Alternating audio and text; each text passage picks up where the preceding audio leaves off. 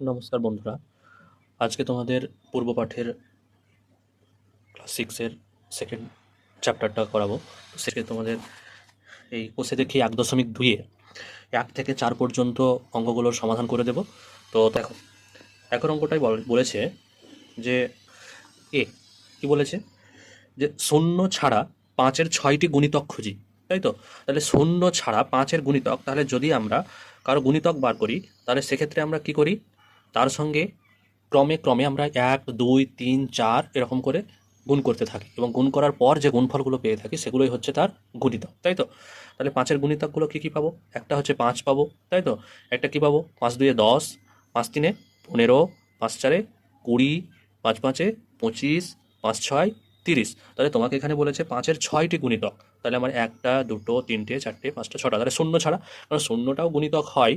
কারণ কি? কারণ হচ্ছে আমরা যদি 5-এর সঙ্গে 0 গুণ করতাম তাহলে কিন্তু 0 আসতো। বাট এখানে আমাকে যেহেতু বলা হয়েছে যে 0 ছাড়া 6টি গুণিতক বার করো, তাই কিন্তু আমরা কি করলাম, 6টি গুণিতক লিখলাম। ওকে, দেখো বি, 7-এর 3টি গুণিতক খুঁজি যারা 50-এর চেয়ে বড়, তাই তো? এবার 7-এর 3টি গুণিতক, তাহলে 7-এর 3টি গুণিতক যারা হচ্ছে কি 50-এর চেয়ে বড়। তাহলে দেখো 7 একে 7, 7 2 14, 7 3 21, 7 4 28, 7 5 35, 7 6 42, 7 7 49, 7 8 56, 7 9 63, 7 10 70। তাহলে আমাকে যেহেতু বলেছে দেখো 50-এর চেয়ে বড়, তাহলে এটা 50-এর চেয়ে বড় নয়, এটা হবে না, এটা হবে না, এটা হবে না, এটা হবে না, এটা হবে না, এটাও হবে না, এটাও হবে না। তাহলে 50-এর চেয়ে বড় কে কে? 56, 63 আর হচ্ছে কি 70। তাহলে আমরা উত্তর পেয়ে গেলাম। বুঝতে পারলে? তারপর দেখো দুটি কি বলেছে, দুটি 2 অঙ্কের সংখ্যা ভাবি যারা 4-এর গুণিতক, তাই তো? সেটা কি বলেছে? দুটি 2 অঙ্কের সংখ্যা ভাবি যারা 4-এর গুণিতক। তাহলে 2 অঙ্কের সংখ্যা মানে কি? মানে হচ্ছে 10, 11, মানে 10 থেকে শুরু হবে সেগুলো। তাহলে 4-এর গুণিতক যদি হয় তাহলে 2 অঙ্কের সংখ্যা দুটি হলো যা 4-এর কি গুণিতক, তাই তো? তাহলে 4-এর গুণিতক কে কে? 4 হবে, 8 হবে, তারপরে 12 হবে, তারপরে 4 4 16 হবে। তাহলে আমাকে দুটি খুঁজতে বলেছে, তাহলে এটা 2 অঙ্কের দুটো সংখ্যা এবং এই সংখ্যা দুটো 4-এর কি গুণিতক। বুঝতে পেরেছ? বাহ। ডি এরটা, 4 কোন কোন সংখ্যার উৎপাদক বা গুণনীয়ক হতে পারে এমন 3টি সংখ্যা লিখি। তাহলে উৎপাদক আমরা সেই সংখ্যাকে বলি যদি আমরা কোনো সংখ্যাকে ভেঙে সেই সংখ্যাটা পেয়ে থাকি, তাহলে সেই সংখ্যাটা হচ্ছে, যে সংখ্যাটা আমরা ভাঙলাম সেই সংখ্যাটার কি উৎপাদক বা গুণনীয়ক। কেমন করে? দেখো, ধরো আমি এখানে একটা সংখ্যা লিখেছি, সেটা হচ্ছে কি 12। তাহলে 12কে যদি আমরা ভাঙি তাহলে কি কি পাবো? 2 6 12, 2 3 কি 6। তাহলে 12-র উৎপাদক কি কি হতে পারে? দেখো 2 হতে পারে, হতে পারে, তারপর কি হতে পারে? 6 হতে পারে, তারপর দেখো 2 দিয়ে কত 4 হতে পারে, 3 হতে পারে। তাহলে এগুলো হচ্ছে এর কি উৎপাদক। তাহলে 4 বলছে কোন কোন সংখ্যার উৎপাদক বা কি গুণনীয়ক, এরকম 3টে সংখ্যা লিখো। তাহলে 4 সেই সংখ্যার গুণনীয়ক হবে যেটা 4 দিয়ে ভাগ যায়। তাহলে 4-এর যদি আমরা গুণিতক বার করি তাহলেই সেই সংখ্যাগুলোর উৎপাদক বা গুণনীয়ক 4 হবে। কেমন? ধরো 4-এর গুণিতক কি কি? 4, 8, 12, 16, ওকে, আরও কি 20। তাহলে দেখো এখানে 4-এর উৎপাদক 4 কিন্তু হয়, হয় না? 4কে যদি আমরা ভাঙি তাহলে কি 2 দিয়ে 4, তাহলে 2 হতে পারে, 4 হতে পারে এবং 1 হতে পারে এর উৎপাদক। এবং 8কে যদি আমরা ভাঙি তাহলে কি পাবো? 2 4 8, 2 দিয়ে 4, 4 পাবো এবং 2 পাবো, এছাড়া 1 এবং 8 পাবো। 12কে যদি ভাঙি তাহলে বললাম এগুলো পেতে পারি, 1 পেতে পারি, 12 পেতে পারি। তাহলে এখানে 4, এখানেও 4, এখানেও 4, আবার 20 16কেও যদি আমরা ভাঙি তাহলে 2 8 16, 2 4 8, 2 2 4, তাহলে কি কি পেতে পারি আমরা? 2 8 4 ডবল 4, তো ডবল 4 আমরা লিখলাম না, ওকে, ডবল 4 আমরা লিখছি না। তারপরে 16, তারপরে কি 1। তাহলে আমার এখানে বলেছে 4 কোন কোন সংখ্যার উৎপাদক বা গুণনীয়ক হতে পারে এরকম 3টি সংখ্যা লিখি। তাহলে 3টি সংখ্যা কি কি হবে? আমরা 4 লিখতে পারি, আমরা 8 লিখতে পারি, আমরা 16 লিখতে পারি, আমরা 12 লিখতে পারি, 16 লিখতে পারি, 20 লিখতে পারি। তাহলে যে কোনো এগুলোর মধ্যে যে কোনো আমরা 3টে লিখবো। তাহলে আমরা এই 3টেই লিখে দিচ্ছি, 8, 12, এবং 16। তাহলে 4 কোন কোন সংখ্যার উৎপাদক হতে পারে? 4 কোন কোন সংখ্যার? 8, 12, 16 এই সমস্ত সংখ্যার উৎপাদক বা কি গুণনীয়ক হতে পারে। বোঝা গেল? তারপর দেখো বলেছে এমন দুটি সংখ্যা খুঁজি যাদের লসাগু 12 এবং তাদের যোগফল হচ্ছে 10। তাহলে এমন দুটি সংখ্যা যাদের লসাগু 12 এবং হচ্ছে সংখ্যা দুটির যোগফল হলো 10। তাহলে এমন দুটি সংখ্যা জোড়া বার করব যাদের যোগফল হচ্ছে 10। কীভাবে আমরা করতে পারি? দেখো দেখো 1 যোগ 9 10, 2 যোগ 8 10, 3 যোগ 7 10, 4 যোগ 6 10 আর 5 যোগ 5 10। এছাড়া তো আর হতে পারে না। আবার যখন এখানে 4 লিখবো তাহলে আবার তো সেই 4 যোগ 6 ফিরে আসবে। তাহলে এই সমস্ত সংখ্যা জোড়াগুলোর মধ্যে কোন জোড়াটির লসাগু 12 সেটা আমাদেরকে দেখতে হবে। দেখো 5 আর 5-এর লসাগু নিশ্চয়ই 12 নয়। 12 কি? দেখো 5 আর 5কে যদি ভাগ করি 1, তাহলে এদের লসাগু কত? 5। তাহলে এই জোড়াটা আমার হবে না। বুঝতে পারলে? তারপর 4 আর 6, তাহলে 2 দিয়ে 4, 2 3 6। দেখো এদের লসাগু কিন্তু কত? বলো 2 গুণ 2 গুণ 3 মানে 12। তাহলে আমার এই সংখ্যা জোড়াটা হবে সেইটাই যাদের লসাগু 12 এবং যোগফল হচ্ছে 10। তাহলে সংখ্যা জোড়াটি কি? 4 এবং 6। দেখো বাকিগুলো হবে না। 3 7, 3 7 21 আর 2 আর 8 তো হবেই না। কেন হবে না? দেখো 2 1 2, 2 4 8। তাহলে 2 4 8 এদের লসাগু, তাহলে এটাও হবে না, এটাও হবে না, আর এটা তো হবেই না। বোঝা গেল? তারপর দেখো 2 এর এ, তাহলে 14 এর মৌলিক উৎপাদক কি কি? তাহলে মৌলিক উৎপাদক সেই উৎপাদকগুলোকে বলা হয় যে উৎপাদকগুলো ভাঙলে আর কোনো সংখ্যা পাবো না। দেখো 4 এখানে মৌলিক উৎপাদক নয়। দেখো এখানে 4 কিন্তু মৌলিক উৎপাদক নয়। কেন নয়? কারণ হচ্ছে এই 4কে ভাঙলে আবার আমরা দুটো সংখ্যা পাবো, সেটা হচ্ছে কি 2 2 পাবো। তাহলে এই 2 হচ্ছে মৌলিক উৎপাদক। তেমন 14 এর মৌলিক উৎপাদক কি কি বার করতে বলেছে? তাহলে দেখো দেখো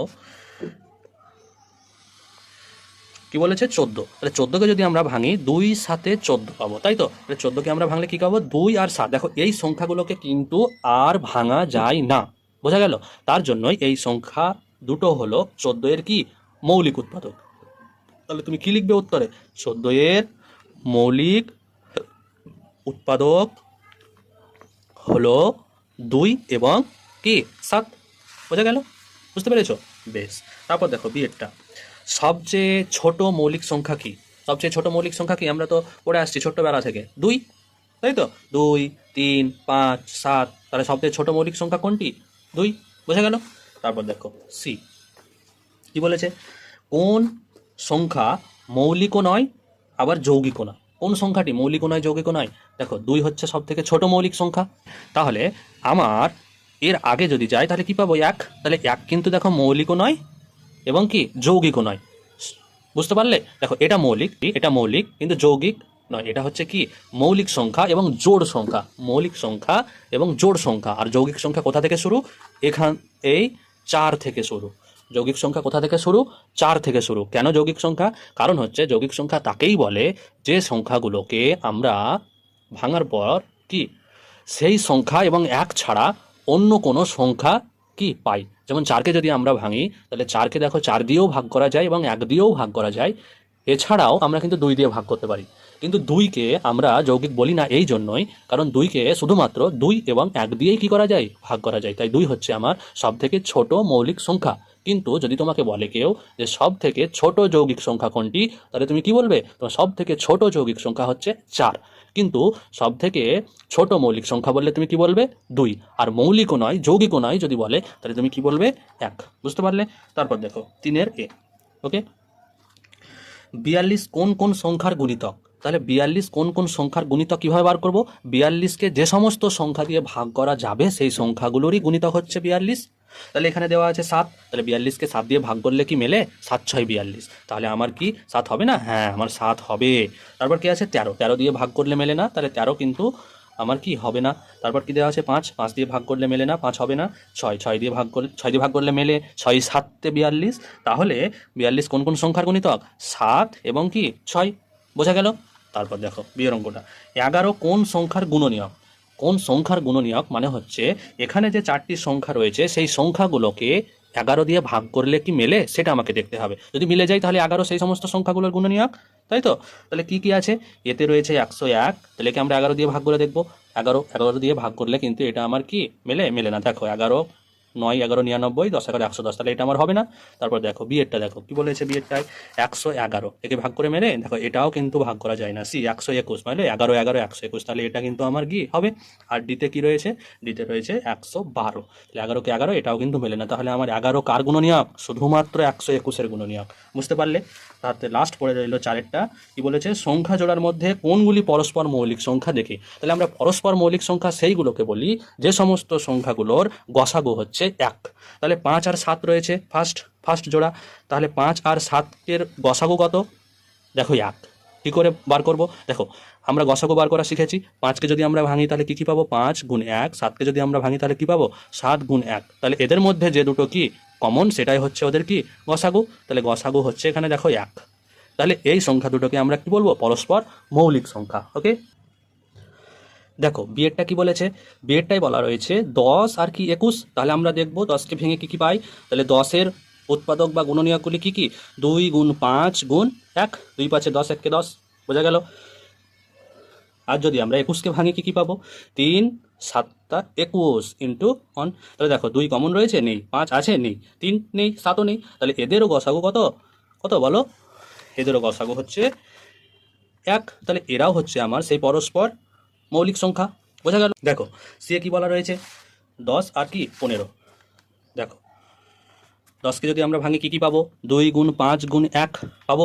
দেখো 15কে ভাঙলে কি কি পাবো?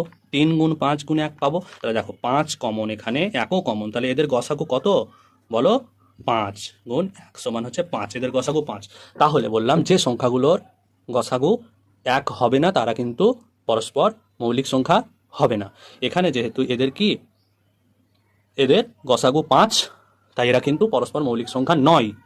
এদের গসাগু 1 ছিল দুটোরই, তাই এই দুটো হচ্ছে পরস্পর মৌলিক সংখ্যা। আর একটা রয়েছে যাচাই করতে বলা হয়েছে ডি, 16 আর 15। 16 আর 15, তাহলে 16কে ভাঙলে কি কি পাবো? 2 2 4 2 8 2 16 গুণ 1।